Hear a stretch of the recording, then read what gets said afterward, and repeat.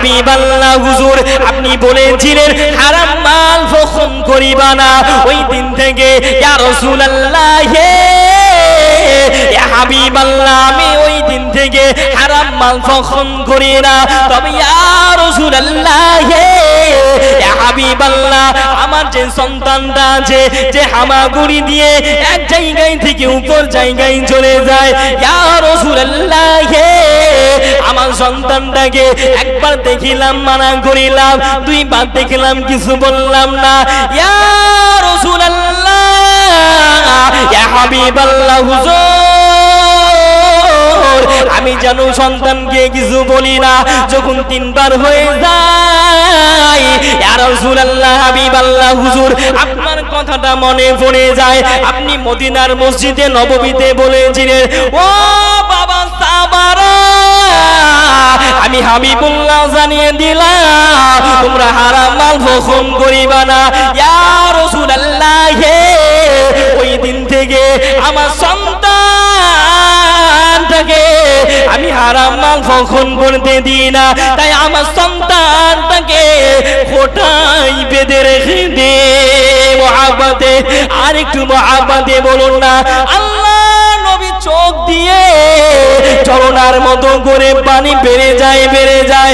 আল্লাহ নবী কান্নাকাটি করে, আল্লাহ নবী রোনা জারি করে।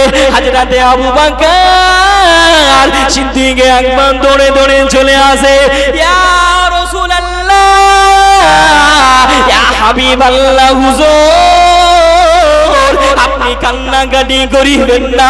ইয়া রাসূলুল্লাহ আপনি রোনা জারি করিবেন না। আল্লাহ নবী সাহাবী দৌড়ে দৌড়ে চলে আসে, হুজুর আপনি কান্নাকাটি করিবেন না।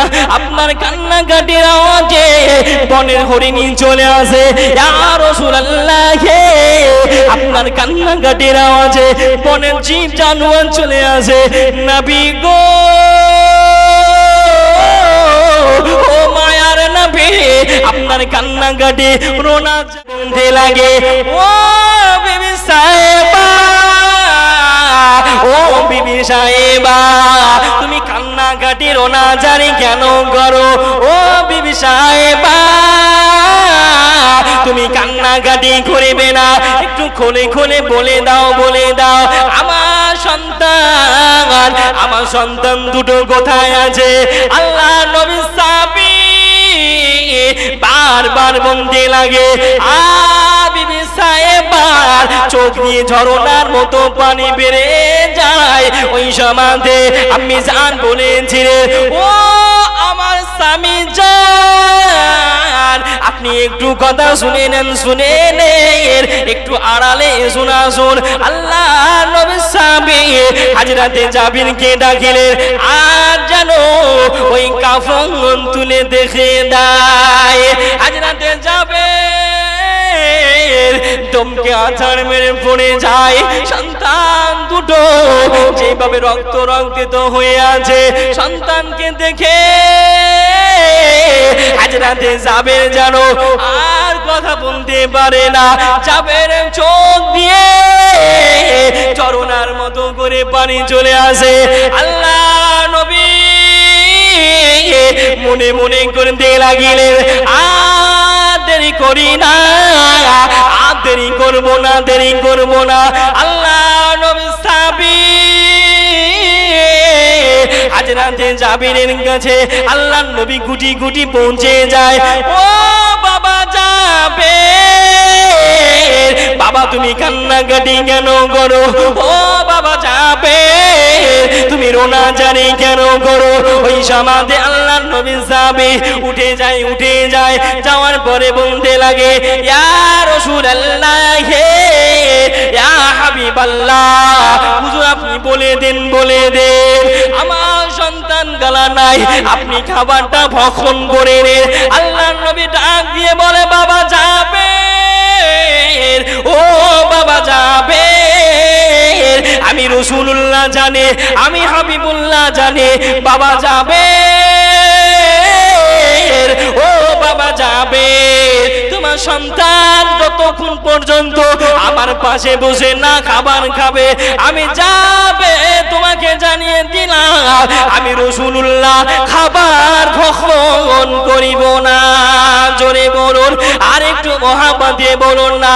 ও সোনার মানিকেরা, ও জওয়ান যুবকেরা, ও আমার মা বোনেরা, আল্লাহ নবী সাহাবী আল্লাহর নবীকে বলতে লাগে, ইয়া রাসূলুল্লাহ,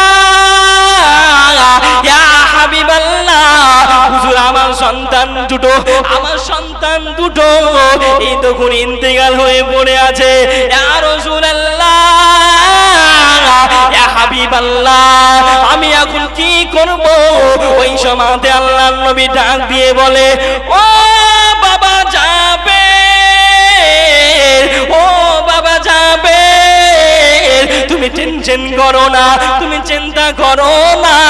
আমি জানতাম আমি রাসূলুল্লাহ, আমি হাবিবুল্লাহ জানতাম।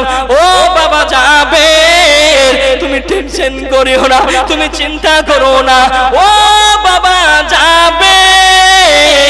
আল্লাহর নবী সঙ্গে সঙ্গে সিজদারত হয়ে যায়। জোরে বলুন, আর একটু মহাব্বতে বলুন না। আল্লাহ নবী আমার আল্লাহ রাব্বুল আলামিনকে ডাক দিলে, ইয়া রাব্বুল আলামিন, ইয়া রাব্বুল আলামিন, আমার স্বামী যাবের তিনা দুটো সন্তান আমি রাসূলুল্লাহ বলে দিয়েছি আমার পাশে বসে খাবার খাবে। ইয়া আল্লাহ পাক, আল্লাহ তাআলা আপনি একটু আমার যাবের ধৈর্য দান করুন। ওই সময়তে আল্লাহ রাব্বুল আলামিন জিবরিল আমিনকে হুকুম দিলেন, ও মালাইকা জিবরিল আমিন, যান যান, চলে যান, চলে যান। আল্লাহ নবী সিজদারত হয়ে গেছে, আল্লাহ নবী সিজদারত হয়ে আছে। আল্লাহ নবী কান্নাকাটি করে, যান যান, চলে যান, চলে যান। আজ রাতে জাবেরের বাড়িতে আল্লাহ নবী সিজদারত হয়ে আছে। আল্লাহ নবীকে বলে দেন জাবেরের দুই সন্তান ভালো সুস্থ হয়ে যাবে।